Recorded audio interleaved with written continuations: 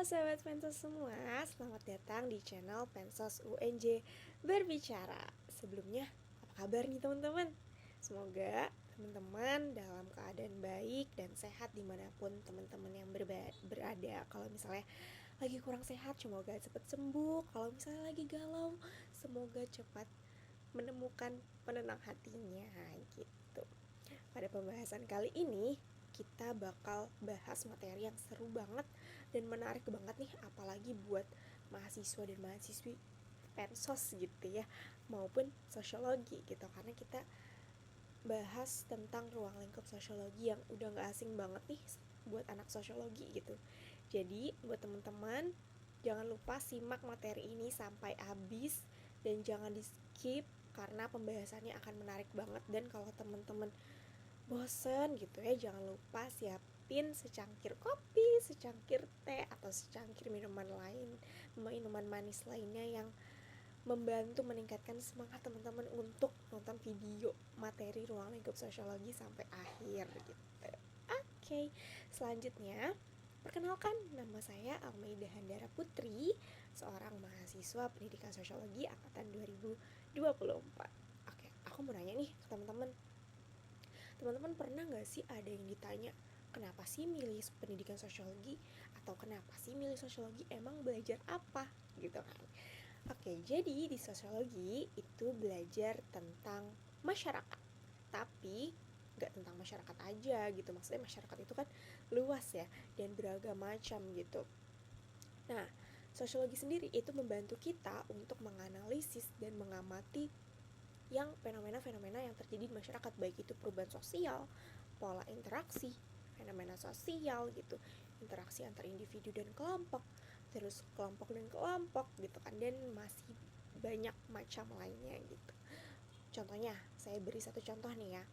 Sekarang kita hidup di era dimana teknologi itu sangat maju dan mendominasi. Nah, ini tuh tanpa kita sadari atau secara sadar gitu mempengaruhi cara kita berinteraksi loh teman-teman. Dulu kita tuh berinteraksi lewat telepon dan hanya bisa mendengarkan suara yang kita ajak bicara aja gitu. Tapi sekarang kita tuh bisa merasakan kehadiran mereka karena ada fitur video call, ya kan? Ada fitur video call yang dimana kita tuh bisa melihat wajah yang kita ajak bicara sekaligus mendengarkan suara mereka gitu. Jadi membantu kita untuk merasakan kehadiran mereka gitu hanya lewat ponsel gitu kan. Nah, maka dari itu sosiologi itu sangat penting untuk kita pelajari dan pahami guys, karena dengan memahami sosiologi kita tuh bisa lebih aware terhadap hal-hal di sekitar kita gitu, dan juga bisa menganalisis dan menggali lebih dalam terkait dinamika-dinamika yang terjadi di masyarakat gitu ya. Dan dengan begitu kita bisa menjadi lebih kritis, lebih peka, lebih bijak terhadap perubahan-perubahan di masyarakat. Oke, pada pembahasan kali ini saya mau fokusin pembahasannya kan ke ruang lingkup sosiologi. Nah, tapi saya bakal bahas terkait pengertian sosiologi, secara perkembangan sosiologi, the founding fathers of sociology gitu, dan ruang lingkup sosiologi. Jadi langsung aja yuk kita ke materinya, dan kita mulai perjalanan dan mengeksplorasi lebih dalam mengenai materi ruang lingkup sosiologi. Oke, kata sosiologi berasal dari bahasa Latin, yaitu socius dan logos. Socius itu berarti teman atau kawan. Logos adalah ilmu. Jadi secara sederhana, sosiologi adalah ilmu yang mempelajari tentang kawan dan teman gitu. Tapi secara garis besar, sosiologi itu mempelajari tentang masyarakat. Nah, ada nih pendapat dari seorang bapak sosiologi dunia. Siapa itu? Auguste Comte, itu yang mengartikan sosiologi itu sebagai ilmu positif tentang masyarakat gitu. Nah, beliau menggunakan istilah positif ini yang artinya sama dengan empiris gitu. Jadi bagi Comte, sosiologi adalah studi empiris tentang masyarakat. Ia menekankan sosiologi sebagai ilmu yang mempelajari masyarakat harus bersifat ilmiah, menggunakan metode observasi, kajiannya bersifat eksperimen, dan analisisnya bersifat historis komparatif gitu. Lalu selanjutnya ada sejarah perkembangan sosiologi. Nah, jadi latar belakang sosial lahirnya sosiologi itu pada dasarnya terjadi karena perubahan masyarakat di Eropa Barat akibat revolusi industri Inggris dan revolusi Prancis yang berlangsung pada akhir abad 18 dan awal abad ke-19. Nah, para pemikir Eropa abad 18 ini mengidentifikasikan sejumlah peristiwa yang melatar belakangi lahirnya sosiologi. Yang pertama itu ada Peter L. Berger yang beranggapan bahwa disintegrasi dalam agama Kristen itu menjadi penyebab atau peristiwa yang menjadi latar belakang kemunculan sosiologi.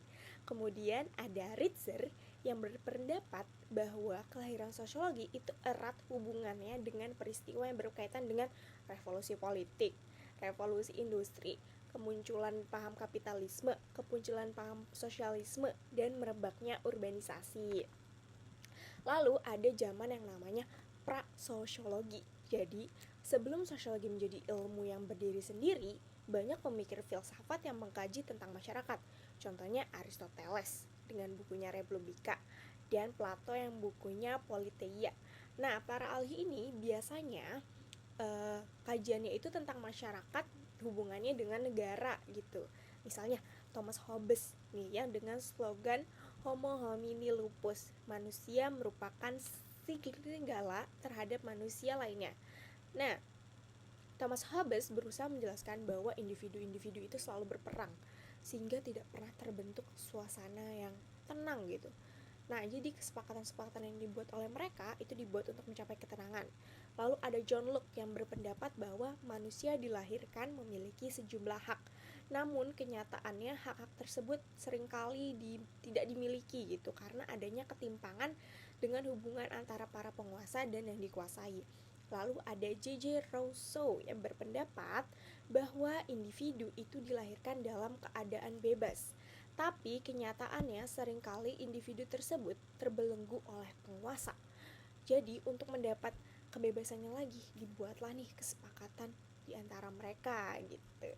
Lalu selanjutnya ada masa yang namanya peralihan sosiologi abad 18. Jadi pada periode peralihan sosiologi abad 18 terjadi proses pasang surutnya sosiologi nih. Karena ditandai dengan terjadian perubahan yang besar banget gitu dan cepat, terutama pada perubahan bidang ekonomi dan teknologi. Nah, berkembanglah karena ekonomi dan teknologi ini berkembang sangat cepat gitu pada periode abad 18 itu, ini akhirnya berkembangnya paham-paham seperti industrialisme, kapitalisme, positivisme, dan Darwinisme. Nah, ini sangat mempengaruhi perkembangan pemikiran sosiologi pada masa itu. Nah, paham-paham itu menjadi jalan pembuka nih bagi sosiologi untuk berkembang menjadi ilmu sosial yang mandiri dan ilmu yang berdiri sendiri gitu. Selanjutnya ada masa kelahiran dan perkembangan sosiologi abad 19.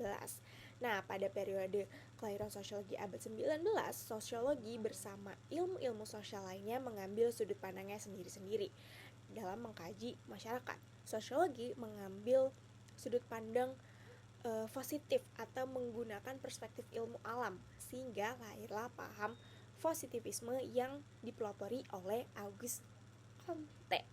Oke, pada perkembangan selanjutnya ekstensi sosiologi itu semakin mantap sebagai ilmu yang mengkaji fenomena sosial dengan metode baru yang berbeda dari metode ilmu alam gitu.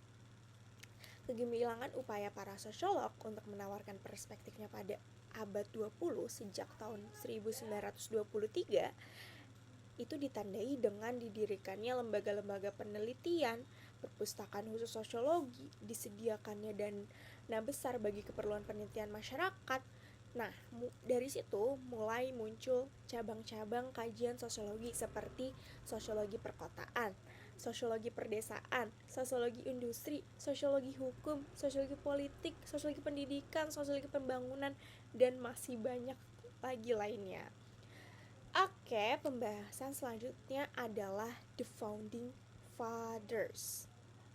Oke, setelah kita pembahasan tentang sejarah perkembangan sosiologi yang sangat menggugah gitu, yang sangat ternyata gini ya perkembangan sosiologi gitu, sangat menarik banget kan ya teman-teman.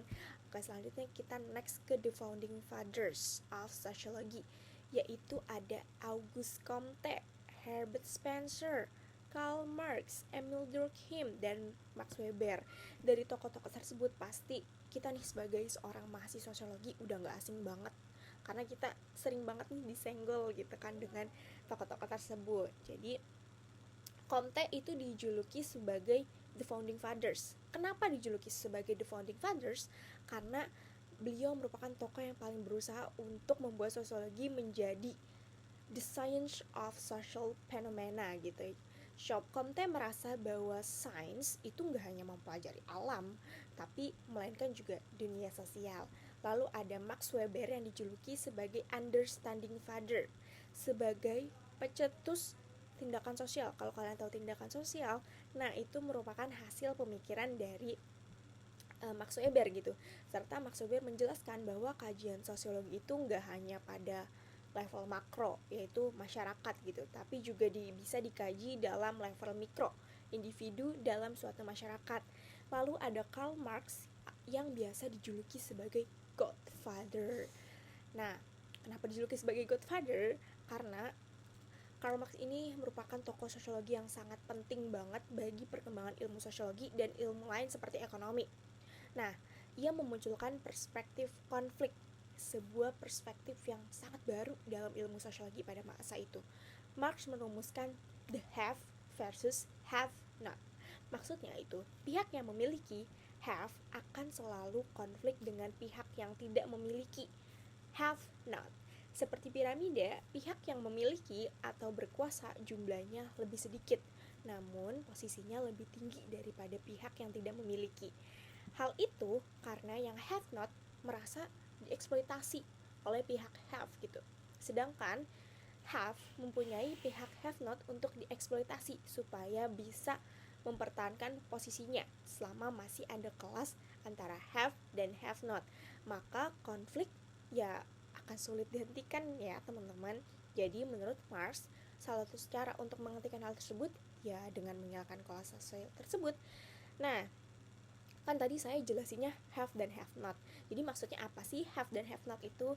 Jadi have itu adalah pihak pemilik modal dan have not adalah tenaga kerja, buruh. Nah, seperti itu. Lalu selanjutnya kita masuk ke pembahasan yang sangat penting banget nih, yaitu ruang lingkup sosiologi. Jadi, ruang lingkup sosiologi adalah sebuah pembahasan sosiologi yang mencakup hubungan antara individu secara pribadi, individu dengan suatu kelompok, hingga hubungan kelompok dengan kelompok lainnya di masyarakat. Nah, sehingga kajian sosiologi itu dapat dijadikan 3 poin. Yang pertama, ekonomi berserta kegiatan usahanya secara prinsipil yang berhubungan dengan produksi, distribusi, dan pemakaian sumber-sumber kekayaan alam. Contohnya nih ya, dalam bidang poin ekonomi ini, dalam industri kreatif UMKM, Bali pasti kita sering banget nemuin yang namanya tas rotan. Bener nggak teman-teman yang mungkin pernah ke Bali gitu ya, pasti di mana-mana tuh kita bisa nemuin di tas rotan gitu, di pantai gitu kan ya, di manapun gitu. Nah, ini contohnya seperti ini yang saya pegang. Ini merupakan tas rotan hasil industri UMKM Bali gitu kan ya. Nah, kita dapat lihat ini sebagai ruang lingkup sosiologi ekonomi, terutama dalam pemakaian sumber daya alam, di mana masyarakat Bali itu memanfaatkan rotan sebagai bahan utama untuk membuat tas yang sangat unik ini guys, gitu. Sehingga menghasilkan suatu kreasi tas yang unik gitu. Dan proses pendistribusian tas rotan ini itu tidak hanya di Nusantara atau di Indonesia aja, tapi itu udah menyebar ke beberapa negara seperti Malaysia, Rusia, Turki, Amerika Serikat, dan Inggris. Selanjutnya itu persoalan sejarah, yaitu hubungan dengan catatan kronologis. Contohnya usaha kegiatan manusia beserta prestasinya yang tercatat dan sebagainya. Contohnya dalam bidang pendidikan mungkin kita bisa ambil contoh dengan kita melihat biografi dan prestasi tokoh seperti Ki Hajar Dewantara yang berjuang untuk pendidikan Indonesia, yang dimana beliau merupakan seorang pendiri taman siswa yang berkontribusi pada pengembangan pendidikan dan hak belajar bagi semua kalangan masyarakat Indonesia. serta pencetus semboyan pendidikan Ingarso Sungtulodo, Ingmadia Mangunkarso, dan Tuturi Handayani. Selanjutnya itu adalah masalah manajemen, yaitu pihak-pihak yang membuat kajian berkaitan dengan apa yang dialami warganya. Nah, contohnya pemerintah daerah itu sering melakukan kajian tentang kondisi perekonomian lokal. Nah, untuk merumuskan kebijakan yang dapat menguntungkan pengusaha kecil dan menengah, pemerintah daerah itu melakukan penyusunan program pelatihan nih untuk meningkatkan keterampilan pengusaha dalam memasarkan produk mereka secara aktif baik melalui cara konvensional ataupun digital gitu. Sedangkan menurut Sujono Sukanto gitu ya, Sujono Sukanto ini udah nggak asing banget nih buat anak sosiologi karena beliau merupakan tokoh yang sosiologi yang berpengaruh banget ya di Indonesia gitu ya. Ruang lingkup sosiologi itu dikelompokkan menjadi 2 jenis, yaitu sosiologi umum tentang bagaimana mengamati tingkah laku manusia dalam menjalani suatu hubungan interaksi dengan masyarakat sekelilingnya. Lalu ada sosiologi khusus, mempelajari dan mengamati berbagai macam sektor kehidupan masyarakat seperti pendidikan, politik, hukum, perkotaan, pedesaan, keluarga, kesehatan, agama, dan industri. Nah, saya bakal ngebahas sosiologi khusus ini secara spesifik, tapi salah 4 diantaranya aja ya teman-teman. Yang pertama itu ada politik, hukum, pendidikan, dan perkotaan. Yang pertama kita akan mengkaji tentang sosiologi pendidikan. Jadi, sosiologi pendidikan adalah cabang ruang lingkup sosiologi yang secara khusus mempelajari hubungan antara pendidikan dan masyarakat. Fokus utama dari sosiologi pendidikan sendiri itu adalah bagaimana institusi pendidikan dan proses sosial mempengaruhi pengalaman pendidikan individu serta kelompok, dan sebaliknya.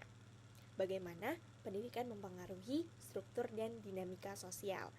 Ruang lingkup sosiologi pendidikan sendiri itu menurut Book Over mengumpulkan ada 4 pokok bahasan. Nah, ada hubungan pendidikan dengan sistem sosial lain gitu. Contohnya hubungan antara pendidikan dengan ekonomi. Kita melihat sampai sejauh mana nih sistem pendidikan formal gitu berperan dalam mempersiapkan tenaga kerja di sektor formal yang telah siap pakai gitu, atau sejauh mana orang yang menikmati fasilitas pendidikan yang dibiayai negara memang merupakan orang-orang yang membayar pajak secara setara gitu ya. Jadi mereka mendapatkan fasilitas secara setara dan sesuai dengan haknya. Lalu hubungan sekolah dengan komunitas sekitar, ada hubungan antar manusia dalam sistem pendidikan gitu kan, dan pengaruh sekolah terhadap perilaku peserta didik gitu. Karena pada dasarnya sekolah itu memiliki peran yang sangat besar dalam membangun attitude atau etika karakter siswa gitu. Jadi sekolah itu harus mengajarkan nilai-nilai disiplin, tanggung jawab, kerjasama yang akan berdampak untuk kehidupan sosial mereka gitu.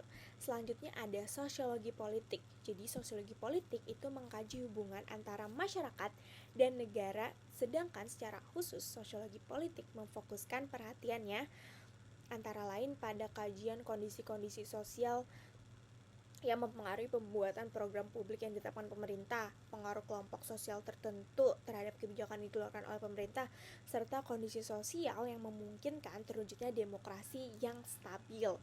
Nah, salah satu sumbangan penting pemikiran tokoh sosiologi klasik dalam sosiologi politik ini adalah teori Weber gitu ya, yaitu wewenang yang berhubungan dengan motivasi yang mendorong seseorang untuk taat serta dasar yang dipakai oleh pemimpin untuk menuntut ketaatan tersebut. Nah, wewenang itu terbagi menjadi 3. Pertama, karismatik, yaitu pembawaan diri seorang pemimpin. Lalu ada tradisional gitu, mengacu pada wewenang pemimpin yang berdasarkan pada adat tradisional, dan rasional atau legal yang itu berdasarkan hukum. Lalu ruang lingkup sosiologi politik itu adalah studi tentang negara, khususnya dalam tanggapan masyarakat gitu ya, yang ada di dalamnya serta kebijakan yang harus diambil untuk melangsungkan dan mensejahterakan masyarakat. Misalnya, pemerintah menyediakan bantuan beasiswa LPDP kepada mahasiswa berprestasi gitu untuk melanjutkan studi di luar negeri sebagai dukungan untuk menuju bonus demografi Indonesia. Lalu ada studi tentang kekuasaan. pemerintah secara otoritas itu dalam semua lapisan masyarakat. Hal ini berkaitan dengan apa yang dijelaskan oleh Leon Daguet, bahwa dalam setiap masyarakat ataupun kelompok manusia dimanapun saja dengan kebudayaan yang beragam, secara mutlak akan selalu ada struktur kekuasaan. Ada yang berkuasa, ada pula yang dikuasai, ada yang memerintah, dan ada yang dipemerintah, ada yang membuat keputusan, dan ada yang melaksanakan keputusan tersebut. Selanjutnya itu sosiologi hukum yang gak kalah menarik ya teman-teman. Sosiologi hukum adalah cabang ilmu sosiologi yang mempelajari hubungan antara hukum dan masyarakat. Sosiologi hukum meneliti bagaimana hukum mempengaruhi masyarakat, serta bagaimana masyarakat itu mempengaruhi dan membentuk hukum. Dalam sosiologi hukum, perhatian utama diberikan pada studi tentang bagaimana norma-norma hukum terbentuk dan diterapkan. Nah, contohnya menurut Sujono Suganto, sosiologi hukum adalah suatu cabang ilmu pengetahuan yang secara analitis dan empiris menganalisis atau mempelajari hubungan timbal balik antara hukum dengan gejala-gejala sosial lainnya. Nah, ruang lingkup sosiologi hukum itu terbagi menjadi dua, yaitu dasar-dasar sosial dari hukum. Misalnya hukum nasional Indonesia yang dasar sosialnya itu didasarkan pada Pancasila, lalu dengan ciri gotong royong, musyawarah, dan kekeluargaan. Lalu ada efek-efek hukum terhadap gejala sosial lainnya, misalnya UU penanaman modal tentang gejala ekonomi, UU pemilu terhadap gejala politik, lalu UU hak cipta terhadap gejala budaya, dan UU pendidikan tinggi terhadap gejala pendidikan dan lainnya. Lalu ada sosiologi perkotaan gitu. Sosiologi perkotaan adalah salah satu bagian dari studi sosiologi tentang gejala sosial yang di dalamnya ada interaksi sosial di wilayah perkotaan gitu. Jadi sosiologi perkotaan itu mempelajari mempelajari masyarakat perkotaan dengan berbagai macam interaksi sesuai dengan lingkungan profesinya gitu. Nah, pengertian kota sendiri itu adalah pengertian kota yang diungkapkan oleh Max Weber adalah bahwa kota itu dicirikan adanya pasar sebagai benteng serta mempunyai sistem hukum dan lain-lain tersendiri yang bersifat kosmopolitan. Lalu ada ruang lingkup sosiologi perkotaan. Nah, ruang lingkup yang dapat kita pelajari itu ada sejarah pertumbuhan perkotaan, perbedaan masyarakat kota dan desa, institusi perkotaan, konflik sosial, pengangguran, pekerjaan, mata pencarian masyarakat kota, masalah lapangan pekerjaan, kriminalitas, terus keadaan lingkungan sosial perkotaan gitu kan, kemiskinan, pola hubungan sosial masyarakat kota, diferensiasi sosial, stratifikasi sosial, dan banyak macam lainnya yang terjadi di kota gitu sebagai kompleksitas masyarakat kota. Baiklah, pembahasan materi ruang lingkup sosiologi berakhir di sini teman-teman. Tadi kita sudah mengetahui bagaimana definisi sosiologi, sejarah perkembangan sosiologi dari abad 18 sampai abad ke-20. Lalu kita mengetahui the founding fathers, itu ada Auguste Comte, Karl Marx, Max Weber gitu. Lalu ada ruang lingkup sosiologi yang spesifiknya kita membahas tentang sosiologi khusus, itu ada sosiologi pendidikan, sosiologi hukum, sosiologi politik, sosiologi perkotaan. Sekian dari video materi saya, semoga materi yang saya sampaikan dapat bermanfaat dan dapat menambah wawasan ilmu pengetahuan teman-teman terkait sosiologi. Salam sosiologi. Terima kasih teman-teman semua.